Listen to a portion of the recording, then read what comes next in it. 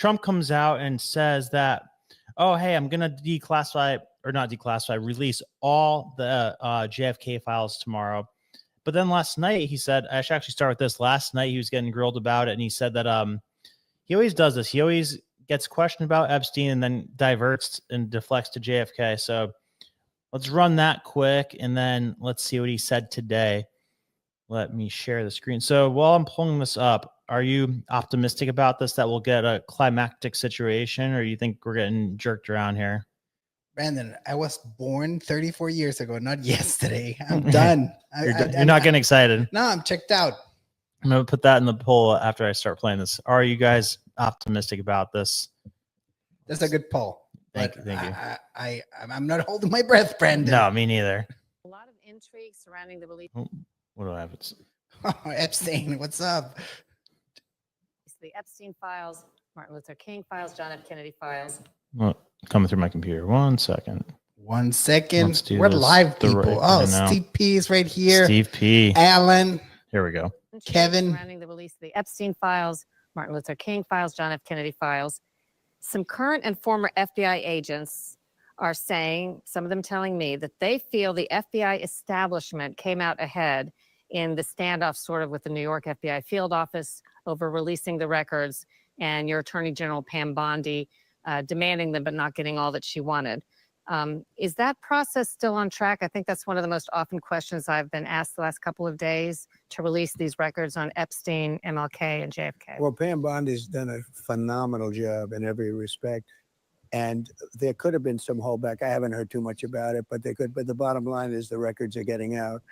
The Kennedy records are getting out. Those are the ones I really wanted to see the most, were the Kennedys. And during my administration, as you know, I released a lot of them. Yep, we got all that. People started coming.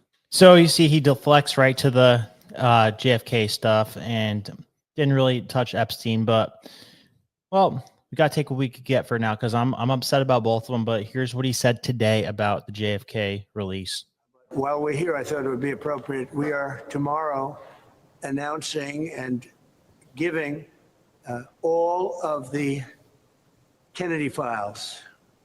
So people have been waiting for decades for this, and I've instructed my people that are responsible, lots of different people, put together by Tulsi Gabbard, and that's going to be released tomorrow. We have a tremendous amount of paper. You've got a lot of reading. I don't believe we're going to redact anything. I said, just don't redact. You can't redact. But we're going to be releasing the JFK files, and that would be tomorrow. Do you have anything else to add to that, Carolyn? So that's a big announcement. They've been waiting for that for decades. Then I said during the campaign I'd do it, and I'm a man of my word. So tomorrow you have the JFK files. What time will they be released? Tomorrow afternoon, okay? Have you seen the files? I've heard about it. Was there, It'll be very interesting. was there an executive summary supplied to President No, Trump? I'm not doing summaries. You'll write your own summaries. It's many pages. Is it 80,000 pages? Approximately 80,000 pages. So it's a lot of stuff.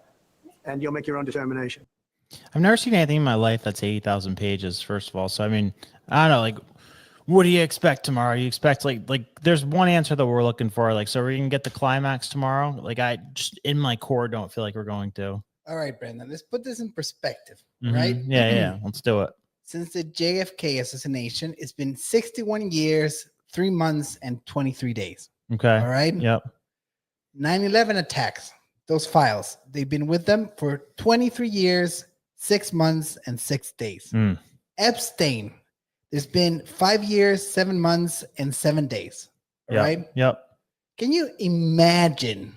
And these files, they've been in the hands of the most disgusting swamp creatures in the universe, Yep. right? Yep. The worst people Yeah. been holding the files. Right. Do you think there's anything after 61 years? How many administrations? Whew, what is that? That's gotta be 10, 15. Let's see. So we got Trump, Biden, Trump, Bush, Obama, Clinton, Bush Sr., Reagan, Carter, Ford, Yeah, Nixon, and then then Johnson. So that's like Johnson. 13. 13 administrations, Brandon. 13 directors of the FBI, 13 directors of the CIA, 13 presidents, 13 vice presidents. God knows how many Congresses. Knows how many foreign agents. Yeah. Like the thing is, they could release all pages, Mm-hmm. but what are the chances that it hasn't been tampered with? I mean, I don't know. I don't know, Brandon. Well, that's a bold statement to make if you don't come through with it. Like he said tomorrow morning or tomorrow afternoon, all of it's going to be out there unredacted. I'm putting my name on the line. I'm putting I keep my word, he said. And that, like, he's going to look terrible. He's going to get just shredded if they don't do this. So you think he would come out and say this? Like what's the game plan for saying this? If like, unless an asteroid hits the world tomorrow and they're like, yeah, we have to deal with the asteroid, or like a giant cyber attack. Like what's his plan for if they aren't actually going to release this? Like, what's he going to say to that? Well, Brandon, we're going to have a clear answer tomorrow. And you're smart. You just named all the presidents backwards. Tell me, what 3 things people are looking for in the files? Who shot him? All right. Why they shot him? Yep. And why they covered it up. That's it. Yeah. So that's my bar. If we don't have those 3 answers by tomorrow, like, it's the same as releasing nothing. And or one of the 3. I take one. Do you think that it could be like crazier than we imagined? Because I feel like it's probably, or there are stats that back this up. That's like the most researched, written about, speculated upon, studied thing. Like there's an infinite supply of people who have spent their entire life on this one topic, analyzing the death out of it. And like, is there a chance that we actually learn something that we're like, whoa, I didn't see that coming?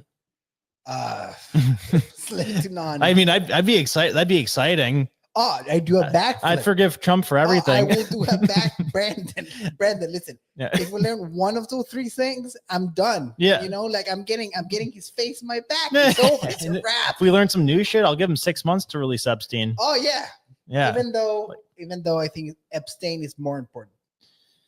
It is. And the fact that he's so much more willing to talk about JFK, because this is twice now, like it happened in Lex Friedman's interview and it happened in this interview that I showed first, that gets asked about Epstein and then does the weave, does the pivot right onto JFK. You notice that? Oh, 100%. So he's much more comfortable going after that one. Because I mean, yeah, obviously he wasn't around at that time, or yeah, he was around, but he was very young and not in any way involved. But Epstein, different story.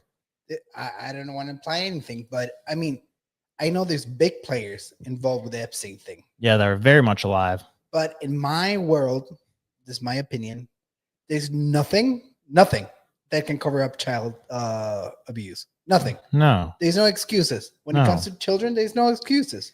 You know? Yeah. When people say like, oh, forget about, I mean, it's not the number one most important thing. People care about the economy. They care about illegal immigration, the border wall. Like, yeah, we care about all those, and like those have like a bigger impact. But the same people that Trump needs to take out, that are trying to take him out, like I'm sure are implicated in that crime network. But you know what the creepiest thing of all to me is that there are some things that like Trump wasn't involved in anything to the level that Epstein was in. Like he didn't do any like nasty stuff or anything like that. But like he did run in those circles of like the blackmail people and the people that like he bought a yacht from Anand Khashoggi that like was famously like wired up with cameras and microphones to blackmail people. He bought the Plaza Hotel, which J. Edgar Hoover used to blackmail people. So he did run in those circles. And the fact that there is something there, and that the liberal side or the establishment, the swamp, never mentioned that when trying to attack him, when they tried to attack him in every which way,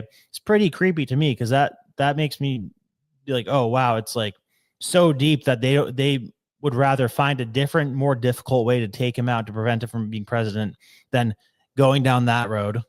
Oh, 100%. 100%. Isn't that creepy? It is creepy. Because like, what the hell is over there if you don't even want to, if you won't go that route to take him out? I don't know. If I knew, I'd be working for the NSA or something. I don't know. I'd be a Fed. Yeah. But I don't know. This is my list. Like, I think top number 1, Epstein, because the victim's still out there. Number 2 be 9/11. Number 3, JFK. Ooh, I put JFK above 9/11. You would? Yeah. I don't know about that. Well, I mean, the Oof. I'd say the impact that like after 9/11 was a bigger deal because of like the Patriot Act and Palantir and everything. Speaking of Palantir, go watch the episode I just made. It was pretty cool. What I mean, pretty the best episode you ever made. It's great. A few people did say that. Yeah. If you guys don't watch your move, you know, you gotta go watch it after this, obviously, because we're live. Yeah, of course.